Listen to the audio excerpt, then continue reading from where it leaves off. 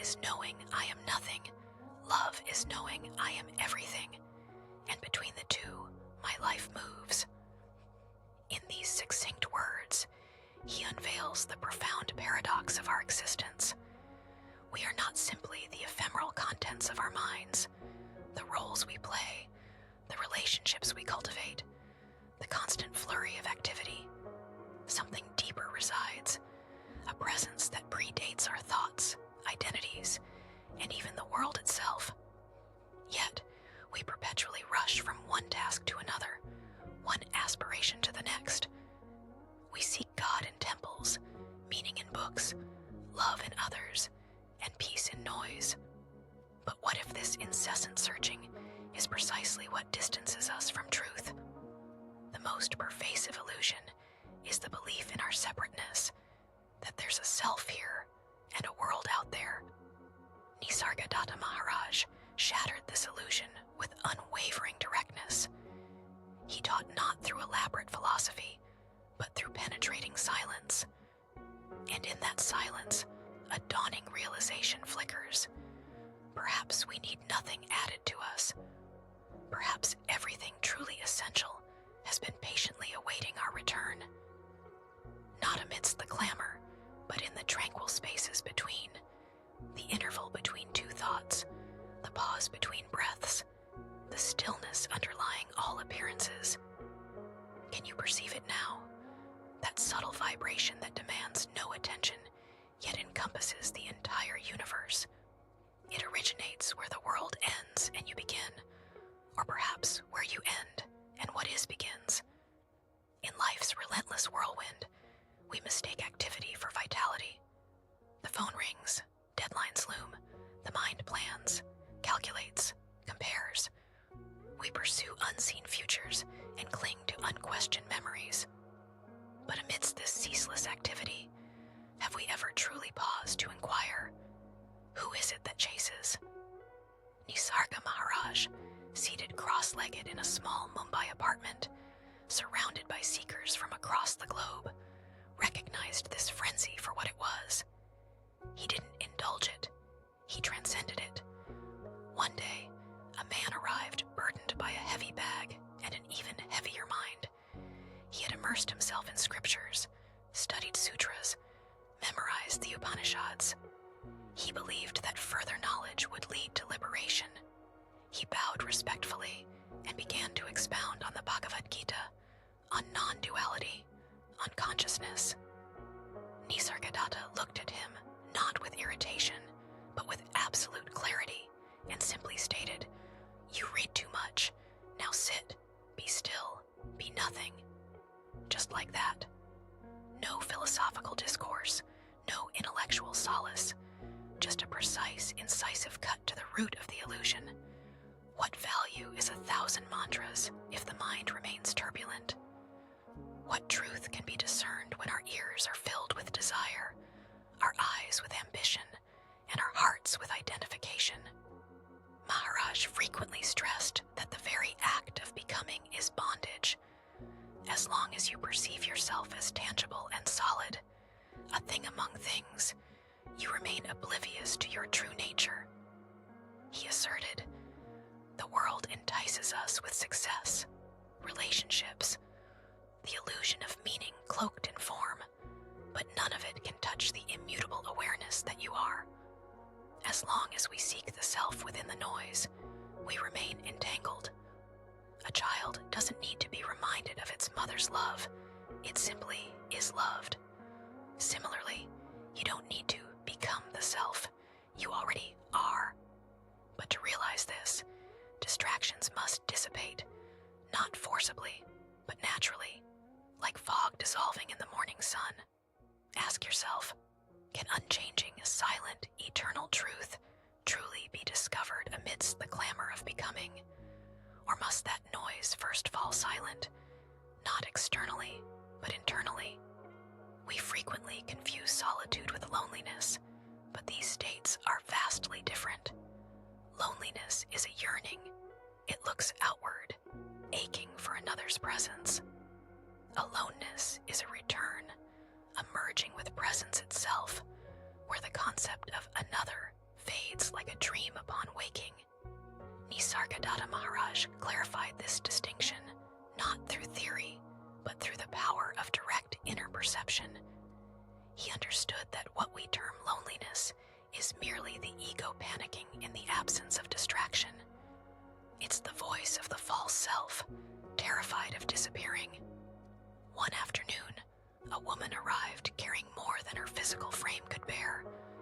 Her husband had died suddenly. Her children had left. Her life felt like an empty house echoing with loss. She sat before Maharaj, tears streaming, tears not only of this moment, but of lifetimes of longing. "I'm lost," she whispered, "alone." Maharaj regarded her not with sympathy, but with clarity, and posed a single question. "Who is grieving?" This wasn't intended to comfort her. It aimed to shatter the illusion. Who is grieving? Not the name, not the role, not the self-image she had constructed, but the one underlying all that, the witness of grief, the silent observer even of loss. And in that moment of stillness, when her mind ceased its grasping, when sorrow itself had nowhere to stand, something opened. Not something grand or mystical, just a subtle shift. She sat back, no longer the grieving woman, but the space within which grief came and went. As Maharaj stated, the real does not die, the unreal never lived. In our haste to avoid pain, we never truly encounter ourselves. We look to others, to events, to dreams and goals for identity. But what remains when they all dissolve? That is the invitation of true aloneness, to sit in the empty room of your being and realize it is not empty. It is full, full of presence, of awareness, of the unborn, undying truth untouched by loss. The self doesn't grieve, desire, or fear. These are movements within the mind. Aloneness is the recognition that behind all movement, behind every wave, there is a still ocean that has never moved. So pause, shed the names, memories, and roles, and ask, have I ever truly met myself in my own emptiness? And if I had, would I still call it empty? When truly alone, a remarkable transformation begins. Everything you believed yourself to be starts to unravel. The identities we wear in the world are costumes held together by mirrors. We perform for the approval of others, for safety, love, survival. But when solitude strips away the audience, when there's no one to reflect back who you are, something deeper is unveiled. Nisargadatta Maharaj was direct and fearless in this teaching. He declared, "You are not the body, you are not the mind, you are not even the person you believe yourself to be." To the mind, this sounds terrifying. To the soul, it is liberation. He once told a seeker, "You will receive everything you need when you stop asking for what you do not need." In solitude, all cravings and pursuits begin to seem superfluous. Slowly, they dissolve, not through force, but through the clarity that they were never real. A story is told of a man who sought solitude in the mountains, hoping for peace, but finding only inner torment. His mind raged louder than ever. Doubts overwhelmed him. Old regrets resurfaced. He returned confessing, "Maharaj, I cannot endure this suffering in solitude." Maharaj simply asked, "Who is suffering when there is no you to suffer?"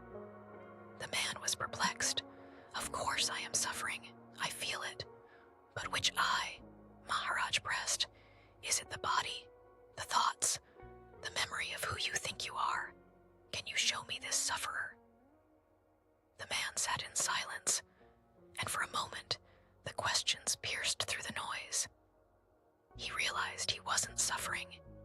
His ideas of himself was. The one with expectations, plans, and a need for external validation. In that brief insight, he experienced something profound. The person he clung to wasn't real.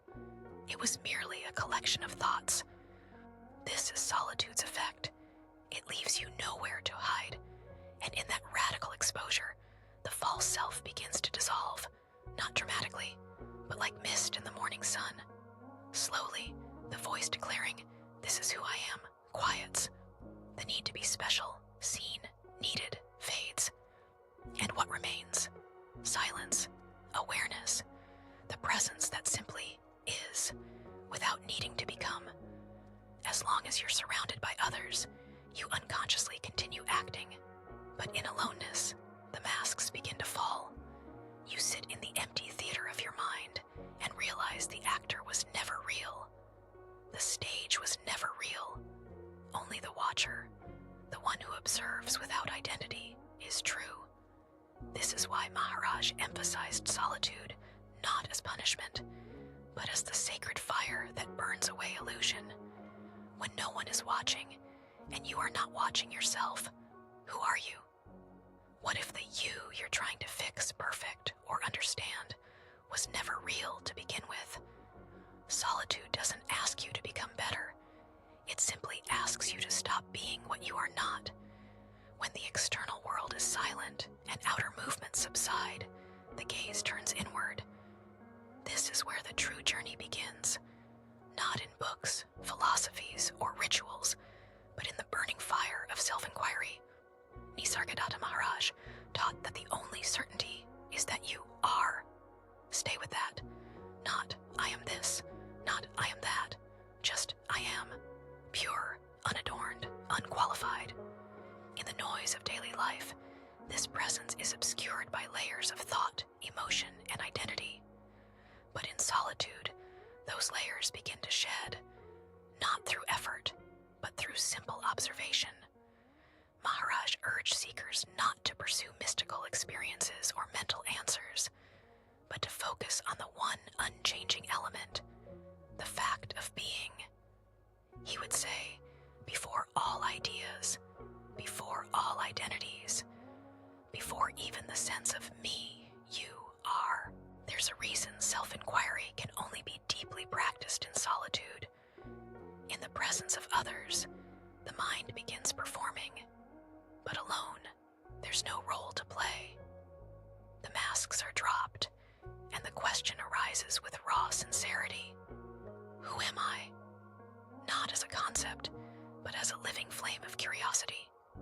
There's a story of a seeker who spent years striving for higher states of consciousness, meditating, fasting, traveling, but peace always eluded him. One day, Maharaj said, "Stop everything, be quiet, and just stay with I am." The man resisted, claiming it was too simple. Maharaj smiled. Exactly. The invitation wasn't to add, but to subtract, to remove everything false until only presence remains. Not even the words I am, but the feeling of being itself, silent, empty, aware. Now close your eyes, even for a moment. Set aside your name, your story, your body, even your thoughts. Ask yourself, what remains when I do not become anything? In that stillness, you may not find an answer. You may find something greater, the space in which all answers dissolve, the space where you are before you became someone. There comes a point on the spiritual path when everything begins to dissolve. The beliefs you cherished, the goals you pursued, even the very sense of I begins to blur. This isn't peace, not yet. It's a void, an aching emptiness that feels like the ground has been pulled out from beneath you. This phase frightens many seekers. They might say, I feel like nothing matters anymore. I don't know who I am. I don't feel like doing anything. To this, Nisargadatta Maharaj would calmly reply, good, now something real can begin. This emptiness isn't the absence of meaning. It's the collapse of false meaning, the dissolution of identities that were never truly yours. The mind interprets this loss as death. In truth, it's a birth. The death of illusion is the birthplace of reality. Maharaj once said, when I look inside and see that I am nothing, that's wisdom. When I look outside and see that I am everything, that's love. Between these two, between nothing and everything, lies the sacred paradox the seeker must traverse. There's a story of a young student who came to Maharaj deeply despondent. "Master, I feel like I've lost everything. My desires, my ambition, my sense of purpose. I feel empty." Maharaj looked at him without judgment and said, "That emptiness you fear, that is your true nature unmasked. Stay with it, don't escape it. Let the silence show you who you are." And so the student sat, not to fix the emptiness, not to flee from it, but to rest within it. And in time, what had seemed unbearable began to glow with a strange peace. A peace not born from possession, but from needing nothing. When all stories fall away, when desires dissolve, and even the question, "Who am I?" fades into quiet, what remains? A stillness, a clarity, a presence untouched by sorrow or joy. Not the emptiness of despair, but the vastness of the self. The ensuing bliss isn't ecstasy, it's the simplicity of being, the unshakable serenity of nothing left to become. When one is alone long enough, the lines blur, not just between thoughts and silence, but between self and world. The trees outside the window no longer feel separate. The sound of the wind isn't something you hear, it's something that happens within. The boundary thins until it vanishes entirely. Nisargadatta Maharaj taught that this disappearance isn't madness, it's clarity. The world we perceive is made of consciousness.